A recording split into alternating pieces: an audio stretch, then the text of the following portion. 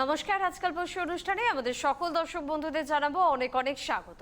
অবশ্যই শিক্ষিত অ্যাস্ট্রোলজার বলতে যে মানুষটিকে বোঝায়, যে মানুষটির পাণ্ডিত্যর গুণ গাইতে বারবার আমাদের ভালো লাগে, যে মানুষটির প্রত্যেকটা কথা শুনতে ভালো লাগে, যে মানুষটিকে দেখেছি সব থেকে বেশি একজন মানুষের জন্মছক পাওয়ার পর পুঙ্খানুপুঙ্খ বিচার করে বলতে তিনি পছন্দ করেন, তার কথা হুবহু মিলে যেতে আমরা নিজের চোখে দেখেছি এবং সেই প্রমাণ আমাদের হাতে প্রচুর রয়েছে।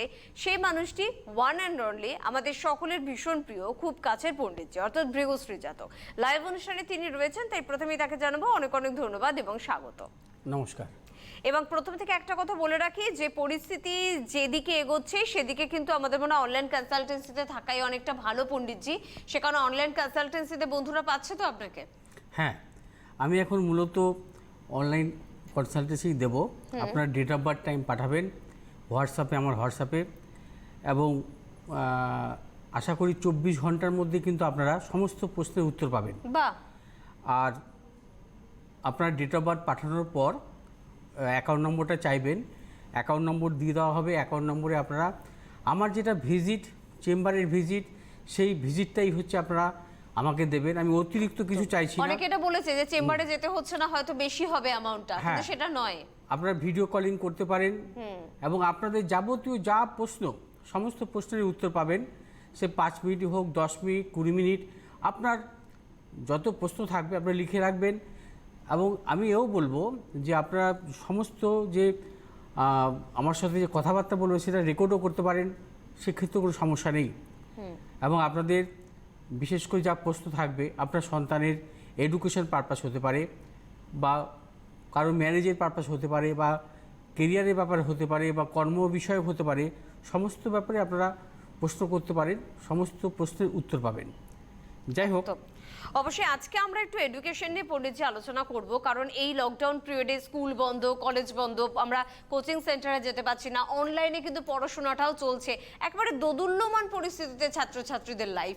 একটু জন্মছক বিচার করে কিভাবে জানা যায় সব বিষয়ে বিস্তারিত আমরা আসবো, তবে তার আগে একটা ফোন নিয়ে নিই পণ্ডিতজি। কেউ আছেন আমাদের সাথে? একদম এডুকেশন নিয়ে আলোচনায় থাকবো, একবারে অনুষ্ঠানের শেষ পর্যন্ত আপনারা আমাদের সাথে থাকবেন। কে আছেন? নমস্কার। হ্যাঁ, নমস্কার। হ্যাঁ, কে বলছেন দাদা? হ্যাঁ, আমি মহিত দাস বলছি। কোথা থেকে? আমি কলকাতাতেই থাকি। আমি আচ্ছা। একটু আমার ছেলের সম্বন্ধে জানবো। আগে একটু শুনবো যে অনুষ্ঠান দেখেন, আর দেখলে কেমন লাগে? হ্যাঁ, প্রতিদিনই দেখি পণ্ডিতজির অনুষ্ঠান, খুবই ভালো লাগে। মাঝখানে কিছুদিন পাইনি দেখতে, তো আবারও দেখি, আবার শুরু হয়েছে, খুবই ভালো লাগে। তো আচ্ছা আজকে আমি একটু আমার ছেলের সম্বন্ধে একটু জানতে চাইছি আর কি। আচ্ছা, বেশ, বলুন date of birth. Date of বার্থটা বলবো? হ্যাঁ, হচ্ছে 22শে এপ্রিল 2003। টাইম বলুন। টাইম হচ্ছে সকাল 5:30। জন্মস্থান? জন্মস্থান আমাদের কলকাতায়। আচ্ছা, ও 2003-এ জন্ম, মানে এডুকেশন নিয়ে জানতে চাইছেন, তাই তো? হ্যাঁ, আমি ওর পড়াশোনাটাই জানতে চাইছি। এখন ও এবার উচ্চ মাধ্যমিক দেবে। আচ্ছা আচ্ছা আচ্ছা, বেশ, পণ্ডিতজি কিছুটা বলবেন, তারপর অবশ্যই আপনাকে বলার সুযোগ আচ্ছা, হবে। ঠিক আছে। ওর মঙ্গলবার জন্ম, মেষ লগ্ন, হ্যাঁ, ধনু রাশি, পূর্বাষাঢ়া নক্ষত্র, নরগণ। ওর জন্মছকে যেটা পাচ্ছি, জন্মকালীন কোনো গ্রহই রেট্রোগ্রেড ছিল না। আচ্ছা, এবার মেষ লগ্ন, লগ্নে রবি বুধ, দ্বিতীয় রাহু তুঙ্গী, তৃতীয় শনি, চতুর্থে বৃহস্পতির অবস্থান, সপ্তম অষ্টম নবমভাবে অবস্থান করছে চন্দ্র, দশমভাবে অবস্থান করছে মঙ্গল হচ্ছে তুঙ্গী, এবং দ্বাদশভাবে অবস্থান করছে শুক্র, এবং শুক্র তুঙ্গী। অর্থাৎ জন্মছকে যেটা পাচ্ছি, শুক্র, রবি, বৃহস্পতি, মঙ্গল, এই 4টি প্ল্যানেট কিন্তু ওর জন্মছকে তুঙ্গী অবস্থায় আছে। এবং চতুর্থপতি কারক গ্রহ হচ্ছে ওর চন্দ্র। এই চন্দ্র হচ্ছে ওর অবস্থান করছে ভাগ্যভাবে, এবং ভাগ্যপতি কারক গ্রহ বৃহস্পতি, এই বৃহস্পতি অবস্থান করছে চতুর্থভাবে। অর্থাৎ চতুর্থপতি ভাগ্যপতির, এটাকে বলা হয় ক্ষেত্র বিনিময় যোগ।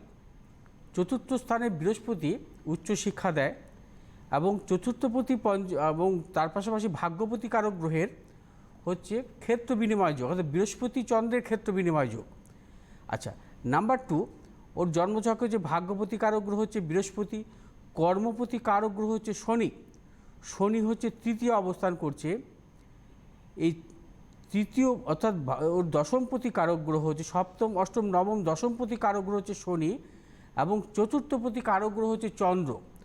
চতুর্থপতি দশমপতির যদি কখনো দৃষ্টি বিনিময় বা সহাবস্থান থাকে, যদি চতুর্থপতি কারক গ্রহ যদি কখনো শুভ গ্রহ হয়, বিশেষ করে চন্দ্র এবং বৃহস্পতি, তাহলে কি হয়, এবং চতুর্থপতিকে সবসময় শুভ গ্রহ হতে হবে এবং নবমপতি দশমপতিকেও শুভ গ্রহ হতে হবে।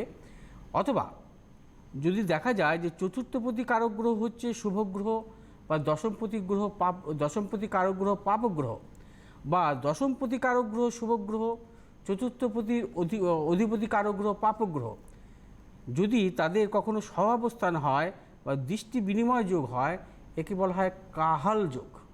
কাহাল যোগ অর্থাৎ চতুর্থপতি দশমপতির যদি কখনো কোনো যোগ সৃষ্টিকারী হয় বা চতুর্থপতি ভাগ্যপতি কারক গ্রহ যদি যোগ সৃষ্টিকারী হয়, এখানে কিন্তু চতুর্থপতি এবং নবমপতির যোগ সৃষ্টিকারী, অর্থাৎ কীরকম, চতুর্থপতি কারক গ্রহ চন্দ্র এবং ভাগ্যপতি কারক গ্রহের হচ্ছে ক্ষেত্র বিনিময় যোগ, চতুর্থপতি কারক গ্রহের সাথে দশমপতির দৃষ্টি বিনিময় যোগ।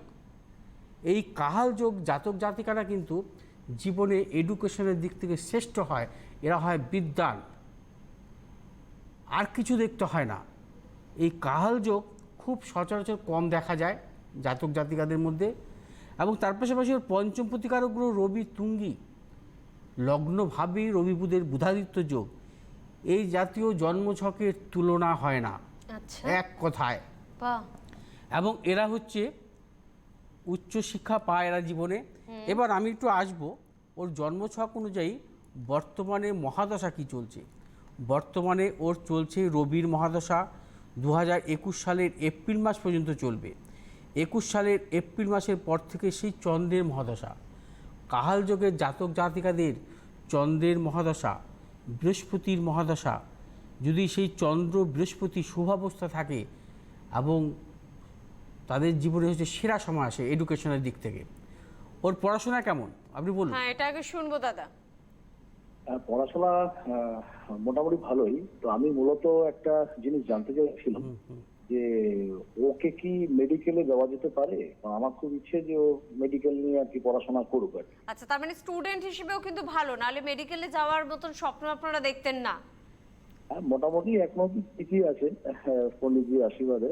বেশ তো বেশ। যেহেতু সামনে বছর এইচএস দেবে, তো ওকে কি মেডিকেলে দিলে সেটা কি ক্যারিয়ারের দিক থেকে সেটা কি বেটার দেবে কি? অবশ্যই মেডিকেলে আপনি চেষ্টা করবেন।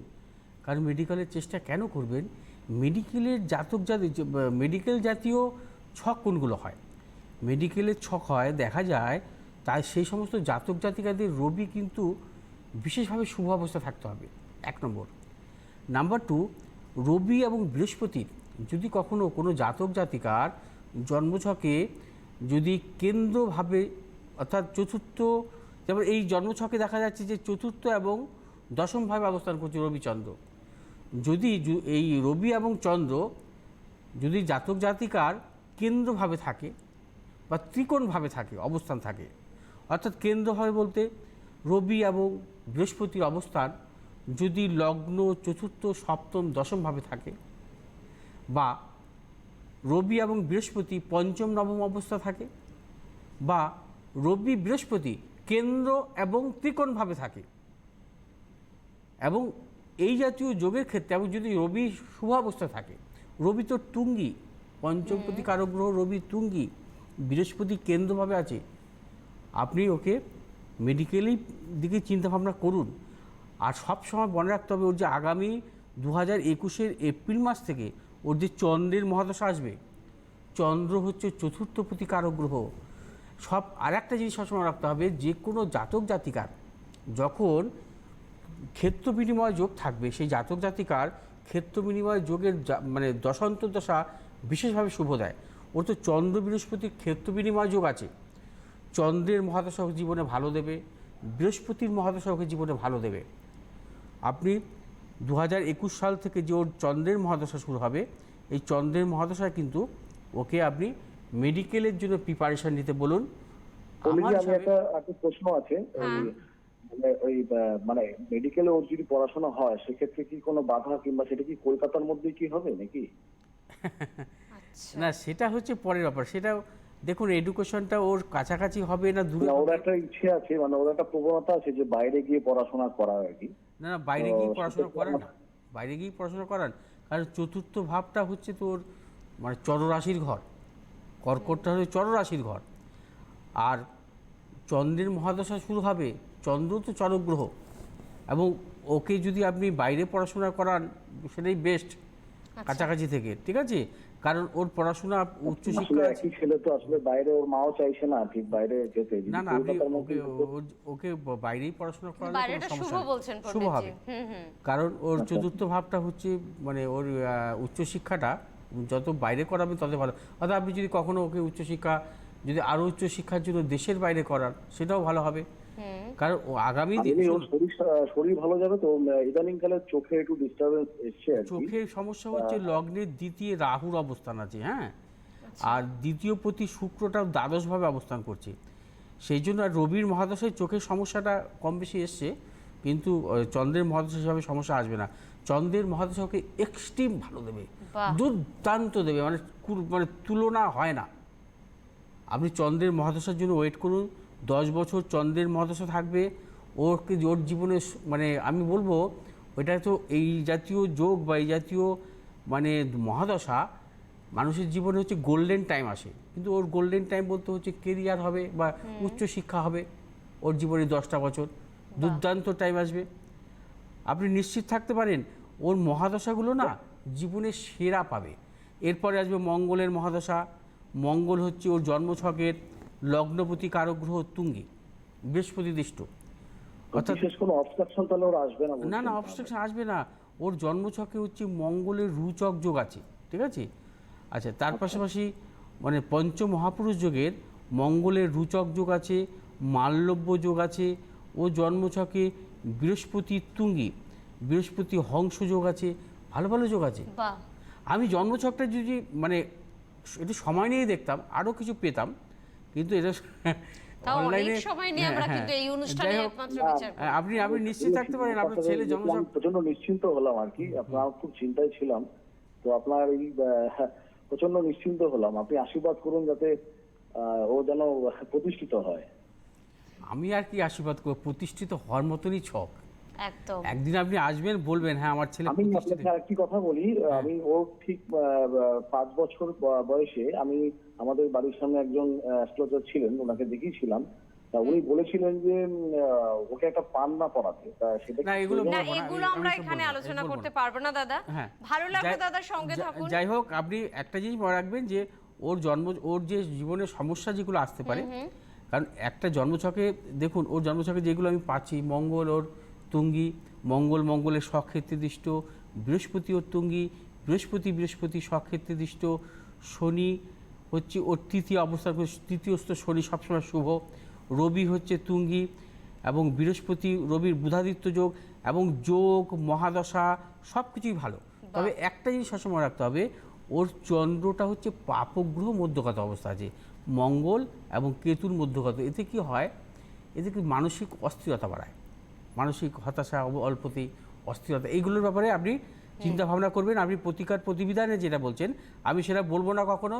তবে চন্দ্রটা যেহেতু ওর পাপগ্রহ মধ্যগত, এই জাতীয় জন্মছকের কি হয়, এদের কি মাঝে মধ্যেই একটা হতাশা বা অস্থিরতা এগুলো আসে, সেগুলোর আপনি প্রতিবিধান করুন, তাহলে হ্যাঁ। আর একটা পয়েন্টও বলে দিচ্ছি, এই যে চন্দ্র যেহেতু ওর পাপগ্রহ মধ্যগত, চন্দ্র যেহেতু ওর চতুর্থ প্রতিকারক গ্রহ, চতুর্থ ভাব হচ্ছে মাতৃস্থান, এবং এই চন্দ্রের মহাদশা যখন শুরু হবে 21 থেকে 31 সাল পর্যন্ত কি হয়, মায়ের শারীরিক বিড়ম্বনা দেবে। মায়ের দিক থেকে সতর্ক থাকতে হবে, মায়ের দিক থেকে কিন্তু ভালো হবে না। মায়ের শারীরিক বিড়ম্বনা কম বেশি ওর হবেই, মানে কম বেশি আসতেই হবে। যাই হোক, আপনি ওর ব্যাপারে চিন্তা ভাবনা করুন, ভালো ছক, কোনো টেনশনের কিছু নেই। ওকে দাদা, সঙ্গে থাকুন, থ্যাংক ইউ ভেরি মাচ। তবে সব থেকে বড় বিষয় কি জানেন তো, পণ্ডিতজির এই অনুষ্ঠানে বসে যখন জন্মছক বিচার হয় না, মনটা ভীষণ ভালো হয়ে যায়। এত ভালো কিছু কথা আমরা শোনার সুযোগ পাই দাদা। বেশিরভাগ ক্ষেত্রে আমরা এত হতাশাগ্রস্ত হয়ে যাই একটা জন্মছকে খোলার পর, কিন্তু আপনি একটা জন্মছকের মধ্যে কোথায় কোন পজিটিভ জায়গাটা রয়েছে, কোথায় কোন ভালো যোগটা রয়েছে, কোনটা ভালো কিন্তু অন্য কেউ মন্দ বলছে কিন্তু ওটা ভালো, এইগুলো কিন্তু আপনি চোখে আঙুল দিয়ে প্রমাণ করে দিয়েছেন যে জন্মছকে প্রচুর ভালো দিক আমাদের থাকে, সেই জায়গাটা বৃদ্ধি করতে হবে। শুনুন, একটা কথা বলবো, যে আমাদের কাছে যে অনলাইনে বা কনসালটেন্সি যে নেবে আমার কাছ থেকে, তার তো মূল বিষয় থাকবে যে জ্যোতিষ সংক্রান্ত, যে আমার সন্তানের কেরিয়ারের সম্বন্ধে আর 5টা প্রশ্ন করবো জ্যোতিষ সংক্রান্ত।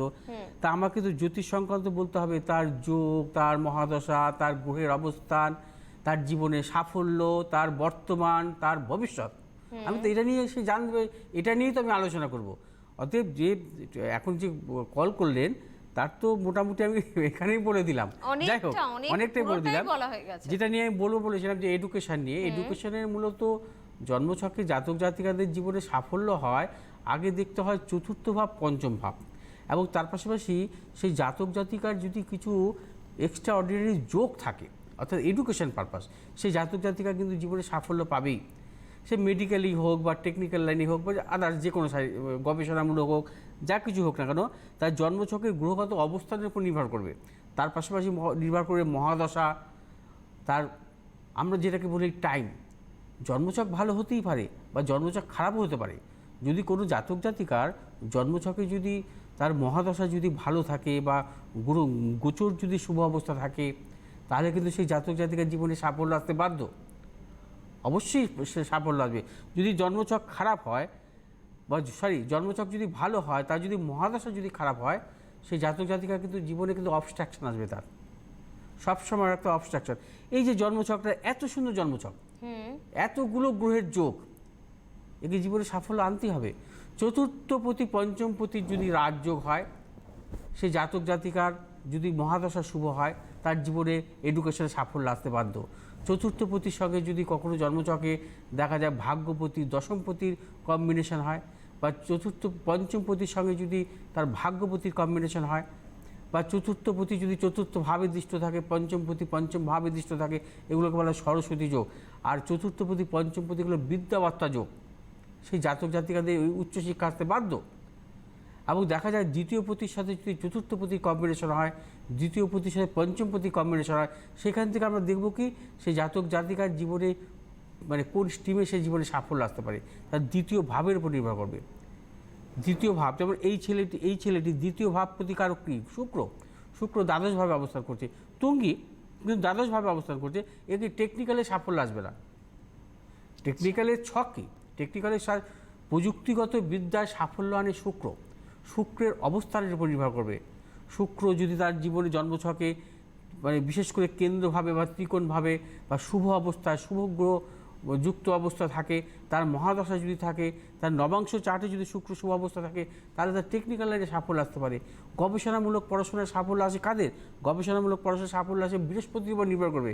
এই জাতকে কিন্তু বৃহস্পতি তার চতুর্থভাবে অবস্থান করছে, যেহেতু তার রবি তুঙ্গি, এর বাবার মানে ইচ্ছা হচ্ছে মেডিকেলে সাফল্য পড়াশোনার জন্য, তার মেডিকেলে সাফল্য আসতে পারে। গবেষণামূলক পড়াশোনার ক্ষেত্রে বৃহস্পতিকে অবস্থা দেখতে হবে, বৃহস্পতি তার জন্মছকে কী অবস্থা আছে। বৃহস্পতি যদি শুভ অবস্থা থাকে, বৃহস্পতি সবসময় শুভ গ্রহ, বৃহস্পতির অবস্থান সবসময় দ্বাদশভাবে সব জায়গায় শুভ, কিন্তু শিক্ষার ক্ষেত্রে গবেষণামূলক শিক্ষার ক্ষেত্রে সেই জাতক জাতিকার বৃহস্পতির অবস্থান দেখতে হবে। যদি কখনো বৃহস্পতির মহাদশাও যদি শুভ অবস্থা থাকে, দেখা যায় তার চতুর্থ ভাব বা বৃহস্পতির অবস্থান ভালো নয়, কিন্তু বৃহস্পতি যদি কখনো জন্মছকে বর্গোত্তম থাকে, সে যদি ভাব হিসাবে যদি সে ত্রিকোণ ভাবের অধিপতি থাকে এবং তার মহাদশা যদি থাকে, তাহলেও তার গবেষণামূলক পড়াশোনা সাফল্য দেয়। যদি দ্বিতীয় পতি যদি বৃহস্পতির সাথে যদি কোনো কম্বিনেশন করে বা রাজযোগ করে, বা দ্বিতীয় পতি সাপোজ আমি বোঝাচ্ছি, এই জন্মছকে যদি দ্বিতীয় পতি শুক্র এবং বৃহস্পতি যদি তার মীন রাশিতে থাকতো, তাহলে কি হতো? দ্বিতীয় পতি ভাগ্যপতির রাজযোগ হতো, তাহলেও কিন্তু তার গবেষণামূলক পড়াশোনার ক্ষেত্রে সাফল্য আসতো। অর্থাৎ দ্বিতীয় ভাবের সাথে বৃহস্পতির যদি কখনো কম্বিনেশন আসে, কম্বিনেশন বলতে যোগ সৃষ্টিকারী হয়। যোগ তো অনেক রকম হতে পারে, সে ক্ষেত্র বিনিময় যোগ হতে পারে, বা অথবা একতার যোগ হতে পারে, বা সহাবস্থান যোগ হতে পারে, দৃষ্টি বিনিময় যোগ হতে পারে, তাহলেও কিন্তু তার গবেষণামূলক পড়াশোনায় সাফল্য আসে। আজকে সময়টা খুব ছোট ছিল, একদম আজকে আমি হাতে চেষ্টা সময় করবো নেই। পরের দিন আগামী শুক্রবার দিন আরও বিস্তর আলোচনা করার। এই এডুকেশন নিয়ে আমার অনেক কিছু বলার আছে। অতএব যারা এই লকডাউন পিরিয়ডে অনেকে বিব্রত যে পড়াশোনা করে কি হবে বা আগামী দিন ভবিষ্যৎ কি, আমি বলবো যে তোমাদের চিন্তার কিছু নেই। আমি এডুকেশন নিয়ে আরও কিছু প্রোগ্রাম করব, বা আগামী শুক্রবার দিন প্রোগ্রাম শুনবে তোমরা। অবশ্যই এই অনুষ্ঠানের দিকে নজর রাখবেন, অনেক কিছু জানতে পারবেন। অনলাইন কনসালটেন্সিতে কিন্তু যোগাযোগ করুন। আজকে এই পর্যন্তই, নমস্কার।